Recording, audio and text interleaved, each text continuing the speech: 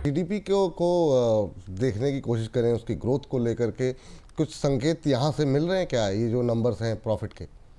देखिए, प्रॉफिट के नंबर्स के हिसाब से अगर आप देखें तो जुलाई से तो सितंबर का जीडीपी आने वाला है, दूसरी तिमाही का।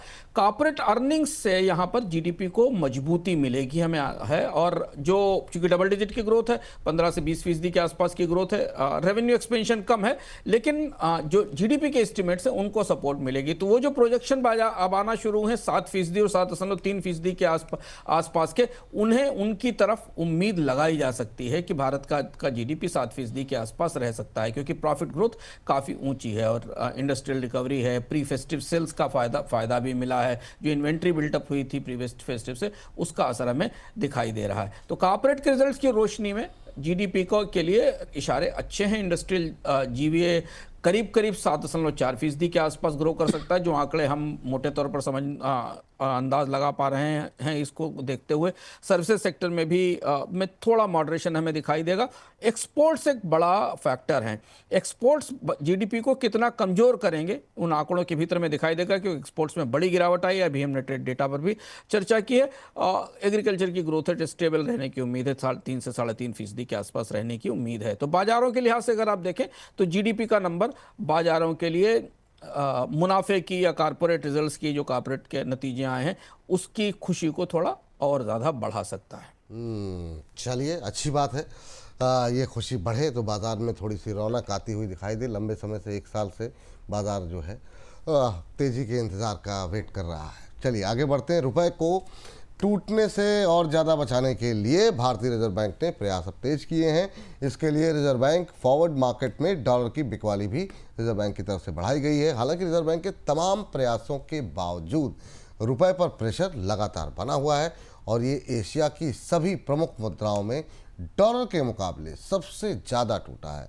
इस साल रुपए में करीब 4% की गिरावट आ चुकी है। रिजर्व बैंक ने रुपए की गिरावट को थामने के लिए अक्टूबर के मध्य से अपने प्रयास बढ़ाए हैं। सर, रिजर्व बैंक रुपए का बचाव करने की आखिर में कोशिश क्यों कर रहा है, पहला महत्वपूर्ण सवाल। और अब तक वो इस कोशिश में कहीं पर सफल होता दिखाई दे रहा है आपको? बोलिए, रिजर्व बैंक रुपए के बचाव की कोशिश इसलिए कर रहा है क्योंकि इंपोर्ट्स की स्थिति अभी हमने देखी, 16.5%, 17% की ग्रोथ हुई। गोल्ड के इंपोर्ट में इतनी भयानक बढ़ोतरी हुई। आमतौर पर करेंसी कमजोर होती तो निर्यात बढ़ते हैं, पर निर्यात की तस्वीर भी अभी हमने देखी, और इसलिए आज ये खबर स्वरूप रुपए की खबर और ज़्यादा प्रासंगिक हो जाती है, क्योंकि हमारे सामने ट्रेड डेटा रखा हुआ है। भारतीय करेंसी एशिया की सबसे खराब या सबसे कमजोर करेंसीज में रही। पिछले साल के दौरान 3.5% के आसपास रुपया गिरा, लेकिन इसके बाद भी भारत के निर्यात को इसकी कोई मदद नहीं मिली। निर्यात में लगातार गिरावट हो रही। तो निर्यात को प्रभावित करने वाले फैक्टर यानी टैरिफ रुपए पर ज्यादा भारी हैं, और इसलिए आरबीआई के सामने कोई और दूसरा विकल्प नहीं था कि वो रुपए को सपोर्ट करे ताकि इंपोर्ट की कॉस्ट कम की जा सके। हमने कच्चे तेल की कीमतों में लगातार गिरावट देखी है पिछले 5-6 महीनों के दौरान, 60 से 65 डॉलर के आसपास है।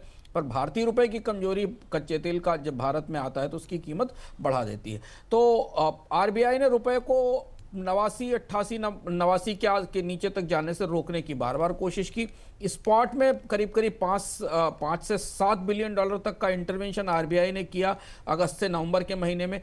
एनडीएफ को इस बार आरबीआई ने निशाना बनाया और अपनी स्ट्रेटजी में जो नॉन डिलीवरेबल फॉरवर्ड थे, ऑफशोर में शॉर्ट पोजीशन थी, उन्हें रोकने की कोशिश की, जिससे कि रुपए में कोई बड़ी गिरावट ना आए, और यही वजह थी कि आयात सस्ता हो सके। इसकी वजह से आरबीआई को अपना रिजर्व कुर्बान करना पड़ा। अगस्त में रिजर्व करीब 9 से 10 बिलियन डॉलर के आसपास तक कम हुआ। अगर आप ध्यान देखें तो अगस्त से नवंबर के बीच में भारतीय रुपए में जो वॉलेटिलिटी थी, जो अस्थिरता थी, उतार चढ़ाव था, वो थोड़ा सीमित रहा, लेकिन जो अंडरलाइंग वीकनेस थी, जो भीतर की कमजोरी थी रुपए की, वो बराबर कायम रही। उसकी वजह ये क्योंकि भारत से विदेशी निवेशकों की बिकवाली जारी रही।